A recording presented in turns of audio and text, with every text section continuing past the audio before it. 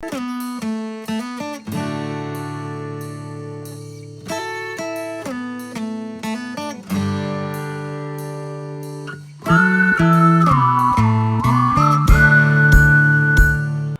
हिंद बच्चों, pairs the future academy के digital platform पे आप सभी का हार्दिक स्वागत है। आज हम लोग स्टार्ट करेंगे प्रश्नावली 4 को, ठीक है। और प्रश्नावली 4 स्टार्ट करें उससे पहले उसके कुछ बेसिक कॉन्सेप्ट हैं, थोड़े से जो बेसिक स्ट्रक्चर होता है उसके बारे में हम जान लेते हैं कि जो प्रश्नावली 4 है ये है क्या। तो सबसे पहले अगर हम कोई चैप्टर पढ़ते हैं तो उस चैप्टर का नाम का मतलब हमको पता होना चाहिए। तो यहाँ पर दिया गया है दो चर वाले रैखिक समीकरण, इसी को इंग्लिश में कहते हैं linear equation in two variable. तो यहां पर दिया गया है दो चर वाले रैखिक समीकरण। इससे पहले आपने एक चर वाला रैखिक समीकरण पढ़ा है, उसको समझा है, तो पहले हम उसकी बात कर लेते हैं कि एक चर वाले रैखिक समीकरण क्या होता है। रैखिक समीकरण, इसको इंग्लिश में बोलते हैं linear equation in one variable.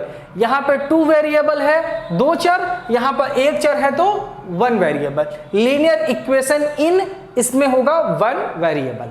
तो क्या होता है एक चर वाले रैखिक समीकरण, तो पहले इसको समझ जाएंगे तो इसको ऑटोमेटिक समझ जाएंगे। कैसे, देखिए यहां पर दिया है एक चर, तो एक चर का मतलब क्या होता है। चर उसको हम कहते हैं जिसका मान फिक्स नहीं रहता है। जैसे x, y, z, ये इनके मान फिक्स नहीं रहते हैं, इनके मान क्या होते हैं, बदलते रहते हैं।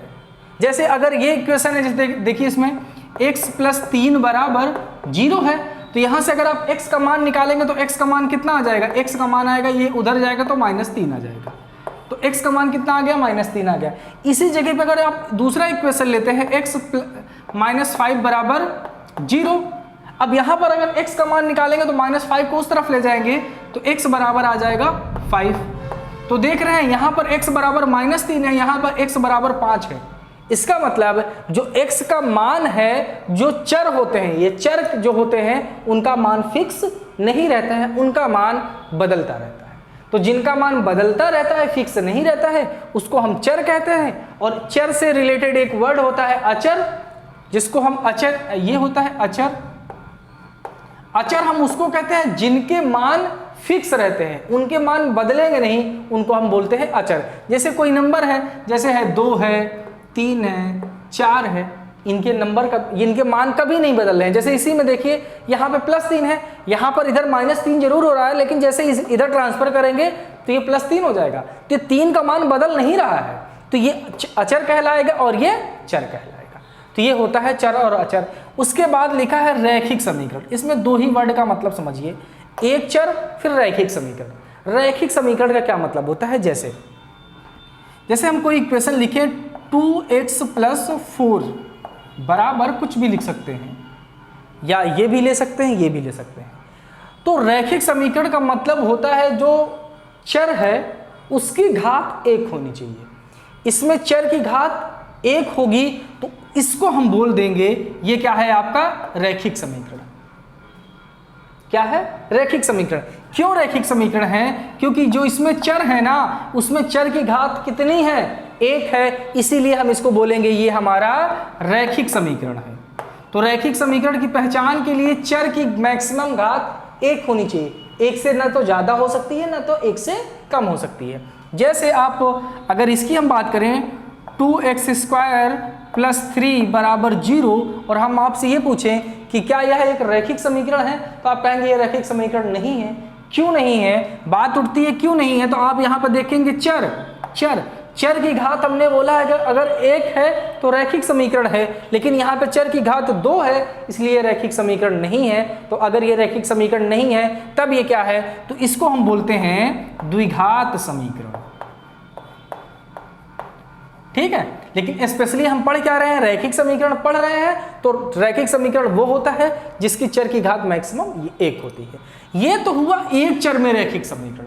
अब हम समझते हैं कि दो चर में रैखिक समीकरण क्या होते हैं। तो अब जो मेन आपका चैप्टर है उसकी बात करते हैं कि दो चर में रैखिक समीकरण क्या होते हैं। तो समझिए, जैसे हम एक इक्वेशन ले लेते हैं 2x प्लस 3y बराबर 0, 2x प्लस 3y बराबर 0।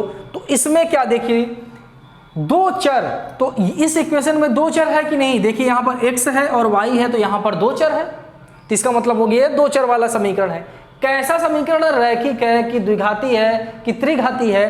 तो रैखिक के लिए क्या होता है, रैखिक के लिए जो x और y की घात होनी चाहिए वो एक होनी चाहिए, एक से ज्यादा नहीं होना चाहिए। तो यहां पर ध्यान से अगर देखेंगे x और y दोनों की जो मैक्सिमम घात है वो कितनी है, एक ही है। x पावर कुछ नहीं है तो 1 मानते हैं, x पावर कुछ नहीं है तो 1 मानते हैं।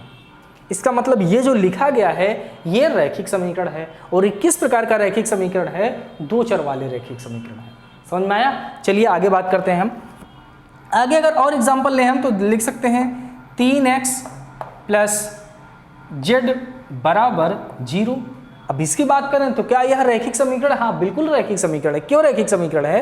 क्योंकि यहाँ पर जो चर है, चर यहाँ पर x और z है, दो चर है, इसलिए दो चर वाले रैखिक समीकरण है।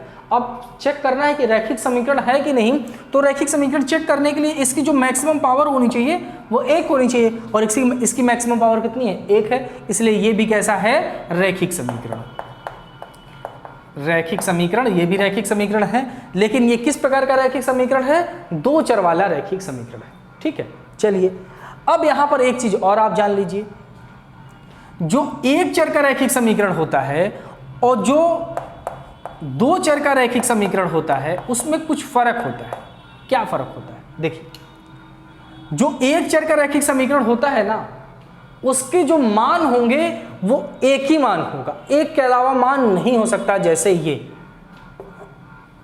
x प्लस 3 बराबर 0 है, तो अगर यहां पर x का मान निकालेंगे तो -3 ही आएगा, चाहे आप जो कर डालिए।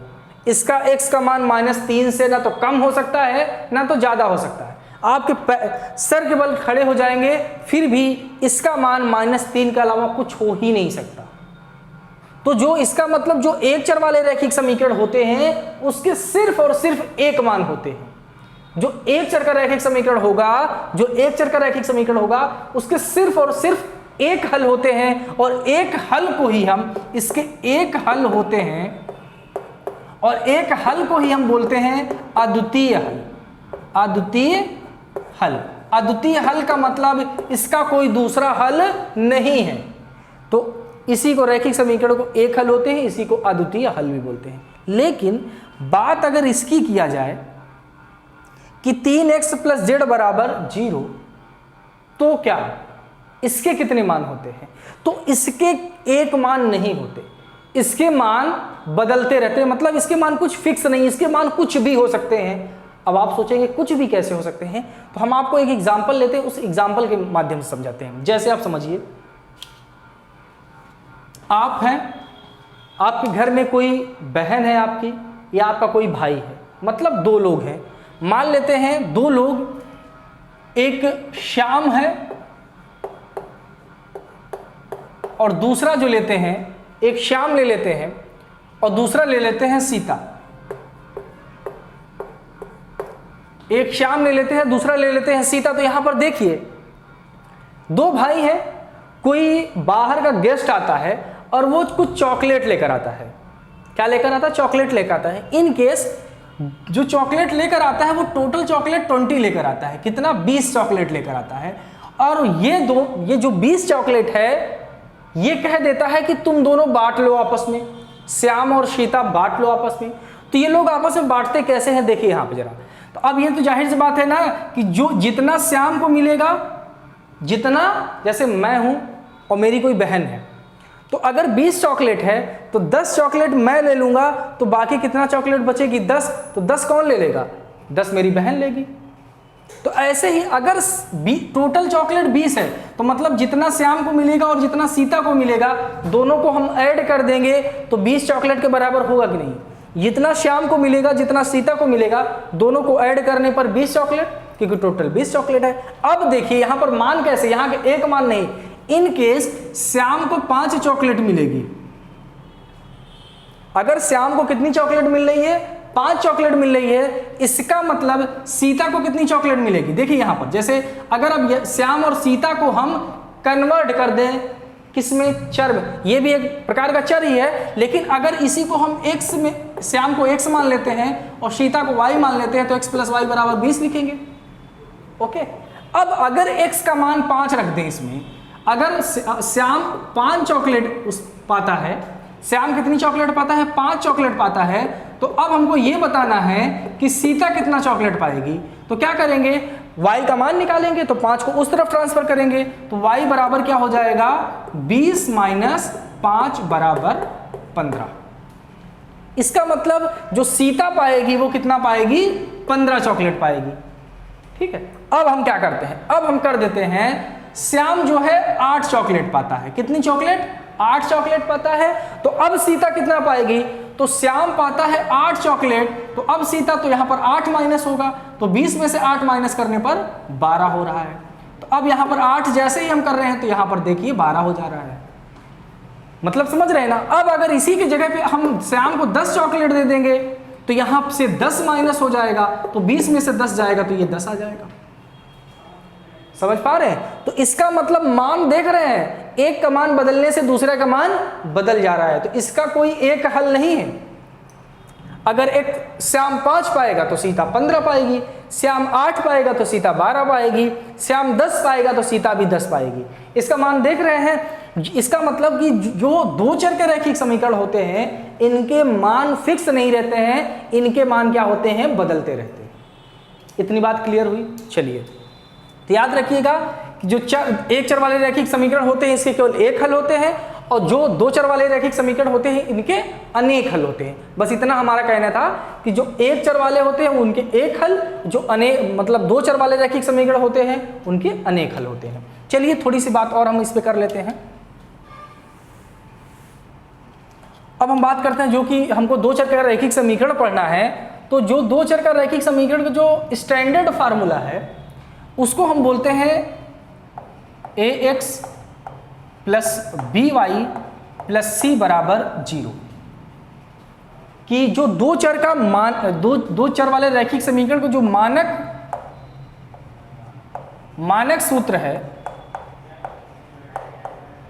सूत्र है वो ये होता है ax + by + c = 0। ये होता है मानक सूत्र। तो कोई आपसे पूछे कि दो चर का रैखिक समीकरण का मानक सूत्र क्या होता है, तो आप कहेंगे ax + by + c = 0। जैसे द्विघात कोई पूछता है आपसे ना कि द्विघात समीकरण का मानक सूत्र या स्टैंडर्ड फार्मूला, तो आप बताते हैं ax² + bx + c = 0। तो ये द्विघात समीकरण का है। सेम ऐसे ही ये दो चर वाले रैखिक समीकरण स्टैंडर्ड फार्मूला है। तो ये बेसिक कॉन्सेप्ट है, थोड़ा सा इंट्रोडक्शन पार्ट है आपके प्रश्नावली 4 का। अब जहाँ पे जैसे जरूरत पड़ती आएगी हम उसका इंट्रोडक्शन बताते जाएंगे, आगे सॉल्व कराते जाएंगे। तो अब हम डायरेक्ट आते हैं एक्सरसाइज 4.1 पे। चलिए देखते हैं एक्सरसाइज 4.1। क्वेश्चन नंबर फर्स्ट देखते हैं। देखिए क्वेश्चन नंबर फर्स्ट क्या है कि एक नोटबुक की कीमत, प्रश्नावली 4.1 का है, एक नोटबुक की कीमत एक कलम की कीमत से दुगनी है। इस कथन को निरूपित करने के लिए आपको एक रैखिक समीकरण देना है। कैसे समीकरण देना है? रैखिक समीकरण देना है। तो देखिए यहां पर किसकी किसकी बात किया। अब ये नहीं बोला है कि दो चर का रैखिक समीकरण देना है कि एक चर का रैखिक समीकरण देना है। तो ये चीज हमको अपने से सोचना होगा कि ये जो बोला है इससे दो चर का रैखिक समीकरण बनेगा कि एक चर का रैखिक समीकरण बनेगा। तो ध्यान से देखिए यहां पर एक नोटबुक की कीमत एक कलम की कीमत की, जाहिर सी बात है इसमें दो नाम आ गए हैं, एक नोटबुक आ गया है और एक कलम आ गया है, इसलिए ये इसमें दो चर के रैखिक समीकरण बनेंगे। अब ये बोला क्या है कि जब एक नोटबुक की कीमत एक कलम की कीमत से दुगनी है, इतनी ही बात है। क्वेश्चन केवल यहां तक है, उसके बाद ये सब निरूपित करने के लिए बोला है। तो दोनों को पहले आप मान लीजिए। कैसे मानेंगे कि माना, ये देखो ये जो चैप्टर है ना, इस चैप्टर को करने का तरीका यही रहेगा कि जो नाम दिए रहेंगे उनको हम पहले मान लेंगे, फिर उसके आगे बात करेंगे। तो नोटबुक दिया है तो माना नोटबुक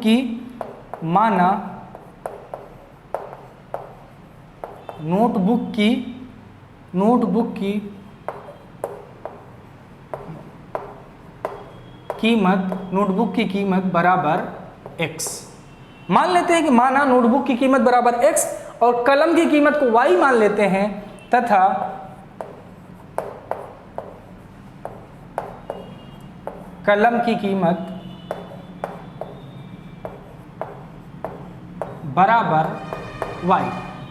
नोटबुक की कीमत को x मान लेते हैं, कलम की कीमत को हम y मान लेते हैं। अब ये बोला क्या है, अब यहां से देखिए स्टेप यही होता है। इसके बाद हम लिखते हैं प्रश्नानुसार। इसके थोड़े से कुछ स्टेप हैं जिनको आप सीख लेंगे। अभी तो ये चैप्टर स्टार्ट है, जैसे जैसे आप करते जाएंगे आप इसमें माहिर हो जाएंगे, तो डरने की जरूरत नहीं है, बस आप पढ़ते रहिए। अब देखिए ऐसे लिखते हैं प्रश्नानुसार। अब प्रश्नानुसार में क्या बोला है कि जो नोटबुक की कीमत है, मतलब जो नोटबुक की कीमत है x है, वो कलम की कीमत की दुगनी है। किसकी दुगनी है? कलम की कीमत की दुगनी है। तो जब इस प्रकार की बात करेंगे तो आप बराबर का पहले चिन्ह लगा देंगे। उसके बाद आप बात करेंगे, एक तरफ नोटबुक की कीमत लिख लेंगे और एक तरफ कलम की कीमत आप लिख लेंगे। अब देखिए जो नोटबुक की कीमत है ना, वो कलम की कीमत की दुगनी है, मतलब ये दो गुनी है। किसकी? इसकी दो गुनी है। तो जाहिर सी बात हमको बराबर करना है, तो इसको जब डबल करेंगे तब तो दोनों बराबर आएंगे ना।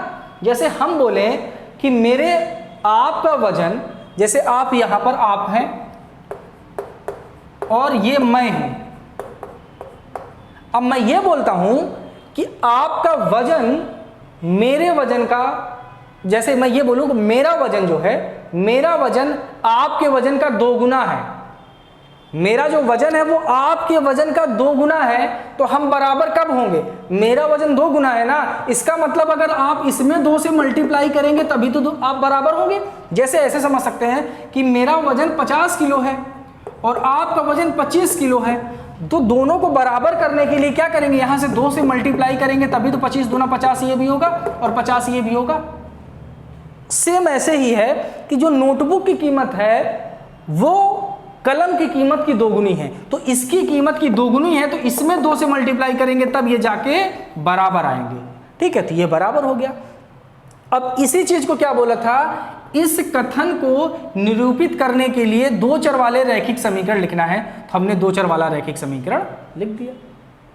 समझ में आया? तो ऐसे लिखना है। स्क्रीनशॉट लीजिए, फिर इसका दूसरा जो क्वेश्चन है हम उसकी बात करते हैं।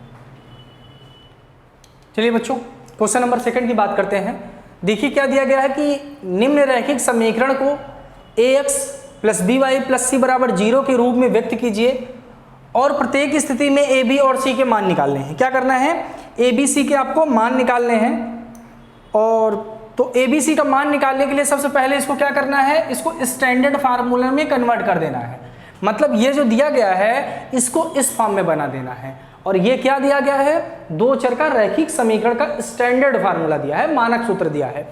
तो सबसे पहले इसको क्या करिए, आप इस तरफ ट्रांसफर कर लीजिए, क्योंकि आपको बराबर 0 दिखाना है। तो जो भी नंबर रहेगा उसको इस तरफ ट्रांसफर करके बराबर में 0 दिखा देना है। तो बराबर में 0 दिखाने के लिए आप क्या करिए, 2x + 3y, इसको इस तरफ लाएंगे तो -9.35 पे पावर बार, इस पे बार है, बराबर क्या हो जाएगा? 0 हो गया। तो पहले स्टेप में क्या करेंगे, बराबर 0 दिखाने के लिए इसको इस तरफ लाएंगे तो ये 0 हो गया। अब इससे क्या कर दीजिए, इसको तुलना कर दीजिए। तो इसको मान लेंगे इक्वेशन नंबर 1, या इसमें तो एक ही इक्वेशन रहेगा तो कुछ नहीं मानेंगे। तो देखिए क्या लिखेंगे, समीकरण की तुलना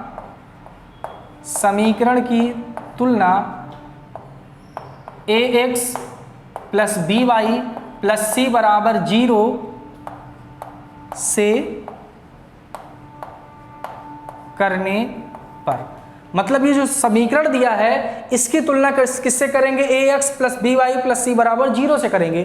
तो 0 से कर दीजिए। तो यहां से आप तुलना करेंगे तो आपको a, b, c का मान निकालना है ना। तो तुलना जैसे कर देंगे, अब देखिए a का मान कितना है, मान कैसे निकालते हैं, ax ये है तो ये x वाला टर्म ये है, तो x यहां भी है, x यहां भी है, तो x को छोड़ दीजिए, बाकी क्या बच रहा है, यहां a बच रहा है। तो x के अलावा यहां क्या बच रहा है, 2 बच रहा है। तो इसका मतलब a का मान कितना आ जाएगा, 2 आ गया। b का मान निकालने के लिए यहां पर by है, यहां पे 3y है, यहां से नहीं, यहां पे देखिए यहां 3y है, तो y से y को छोड़ दीजिए और बच रहा है b से, b बराबर क्या बच रहा है, 3 बच रहा है। तो b का मान जो हो जाएगा वो हो जाएगा 3 हो जाएगा। अब c का मान निकालेंगे तो c बराबर देखिए क्या है, जो तीसरा टर्म होगा ना ये पूरा का पूरा मान हो जाएगा, पूरा का पूरा मान हो जाएगा। चूंकि जो स्टैंडर्ड फार्मूला है वहां पे प्लस है और यहां पर माइनस है, इसलिए जो सी का मान आएगा वो ये माइनस भी शामिल होगा, तो ये लिखेंगे माइनस 9.35 की पावर बार, इसको बोलते हैं बार। ठीक है, चलिए अब आगे चलते हैं, इसकी बात करते हैं। तो ये दिया गया x माइनस वाई, ये देखिए पहले से इस फॉर्म में कन्वर्टेड है, इस फॉर्म में दे दिया गया है, तो इसमें कुछ नहीं करना है, केवल आपको क्या कर देना है, तुलना करना है। तो लिखना है समीकरण की तुलना ax plus B Y plus C बराबर 0 से करने पर। समीकरण की तुलना किससे करेंगे, ax plus B Y plus C बराबर 0 से करने पर। जब तुलना करेंगे तो यहां पर देखिए, यहां पर x है, ये यहां पर देखिए ax है ना, तो इसकी तुलना इससे करेंगे, तो यहां पर x है और यहां पर a है, तो a बराबर, और यहां पर देखिए केवल x है, x का कुछ भी गुणांक नहीं है। देखिए यहां पर x का, देखिए ये जो लिखा रहता है ना, जैसे ये लिखा है 3 और x, इसका मतलब ये होगा कि x का गुणांक 3 है।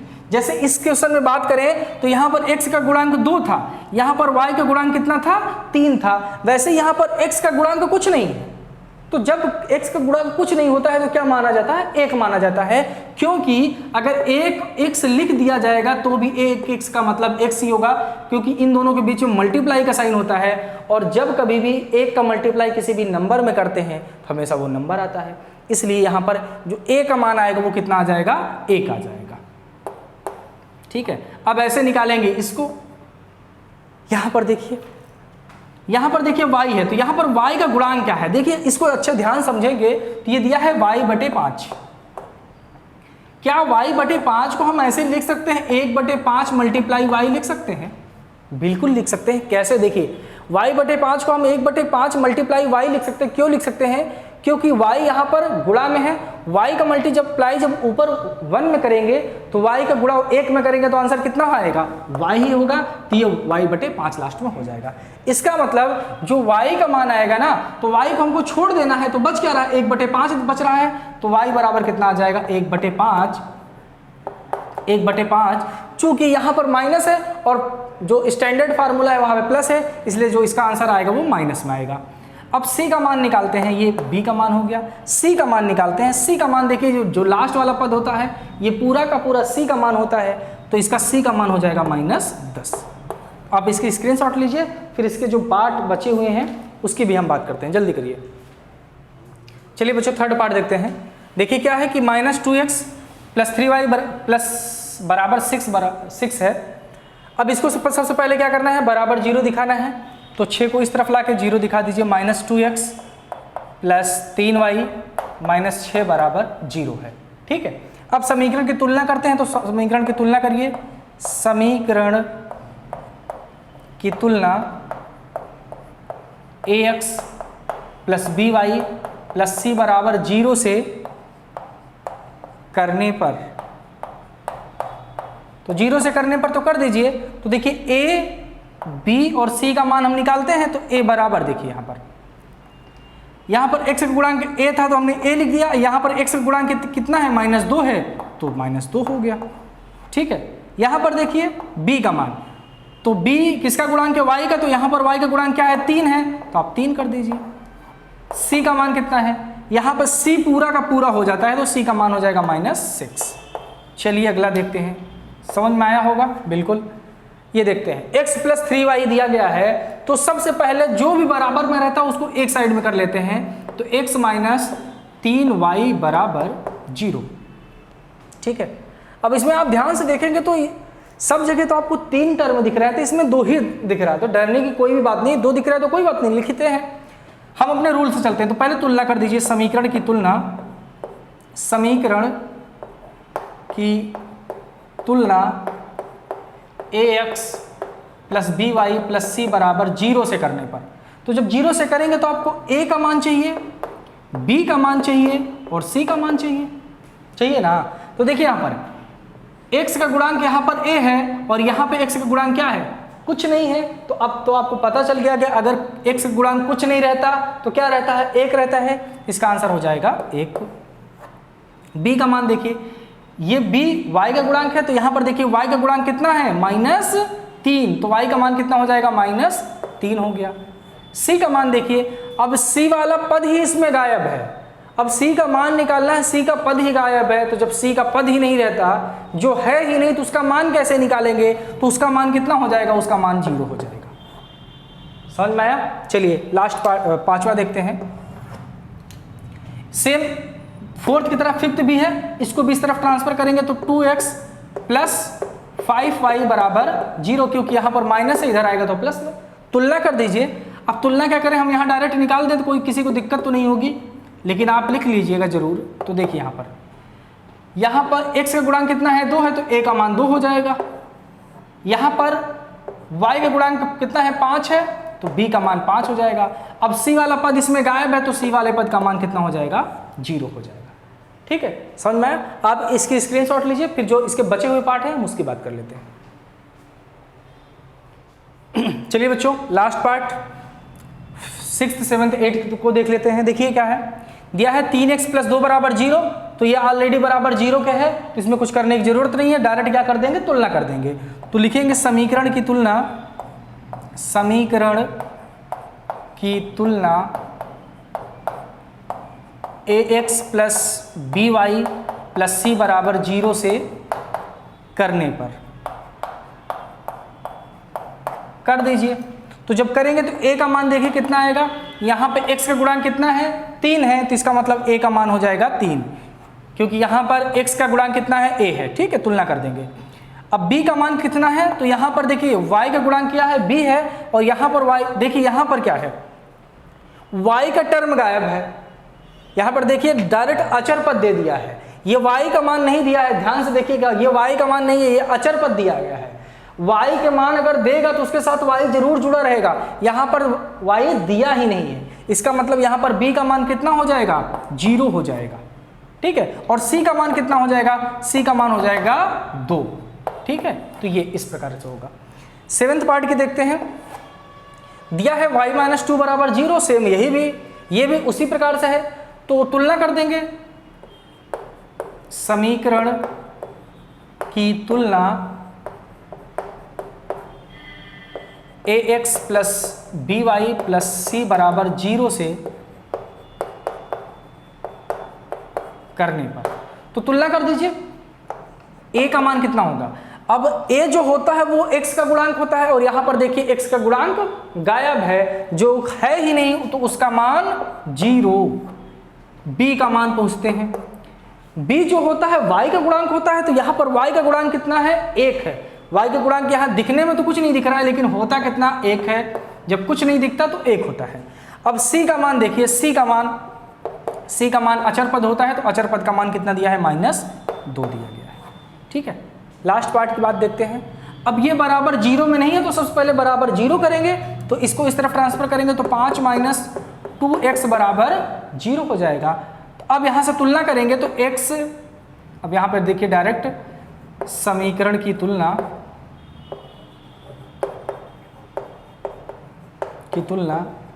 ax plus by plus c बराबर 0 से करने पर, तो जब 0 से करेंगे तो a का मान कितना आएगा, a होता है x का गुणांक, और यहां पर देखिए x का गुणांक दिया गया है, कितना है, -2 है, तो x का मान हो जाएगा -2। और y का मान कितना है, y होता है b का गुणांक, और b का गुणांक यहाँ पे कुछ नहीं दिया है, तो 0 हो जाएगा। और c का गुणांक क्या होता है, अचर पद, और यहाँ पे अचर पद कितना दिया है, 5 दिया है, तो ये 5 हो जाएगा। एक तरीका तो ये हो सकता है। दूसरा तरीका क्या होगा, ध्यान से देखिए, इसका एक और मान हो सकता है, कैसे, और रियल मान वही मान सही होगा। क्यों सही होगा, क्योंकि यहां पर क्या करते हैं, x के मान पॉजिटिव रखने की कोशिश करेंगे। जब x का मान पॉजिटिव रखने की कोशिश करेंगे तो देखिए इसी को मान हम और क्या निकाल सकते हैं, एक तो ये तो हम कहेंगे इसको मत निकालिएगा, आप समझा दिए, ये भी है, लेकिन जो आपके आंसर दिया होगा, आंसर आपका कुछ इस प्रकार से दिया होगा। देखिए ये 5 बराबर 2x है ना, तो x के मान को पॉजिटिव रखेंगे तो 5 को उस तरफ लेके जाएंगे, तो जब 5 को उस तरफ लेके जाएंगे तो 2x अपने जगह पर रहेगा, ये उस तरफ जाएगा तो माइनस हो जाएगा, बराबर 0। समझ में आया। अब यहां से a b c का मान निकालो, a b और c का मान। तो देखो x का गुणांक यहाँ क्या है, 2 है, इसका मतलब a का मान कितना हो जाएगा, 2 हो जाएगा, और वहां पे x का मान क्या आ रहा था, -2, बस इतना चेंजिंग था। अब b वाला टर्म इसमें गायब है तो b का मान कितना हो जाएगा, 0, और c का मान, और c वाला टर्म यहाँ पर कितना है, -5 है, तो ये हो जाएगा -5। तो ये इस प्रकार से आपके सारे क्वेश्चन सॉल्व हो गए, और इसी के साथ आपकी एक्सरसाइज 4.1 कंप्लीट हो जाती है। अब जो है प्रश्नावली 4.2 इसकी बात हम लोग कल करेंगे। तो आप लोग कमेंट जरूर करिए कि आप लोगों को क्लासेस कैसी लग रही है, पसंद आ रहा है कि नहीं, समझ में आ रहा है कि नहीं आ रहा है, ठीक है।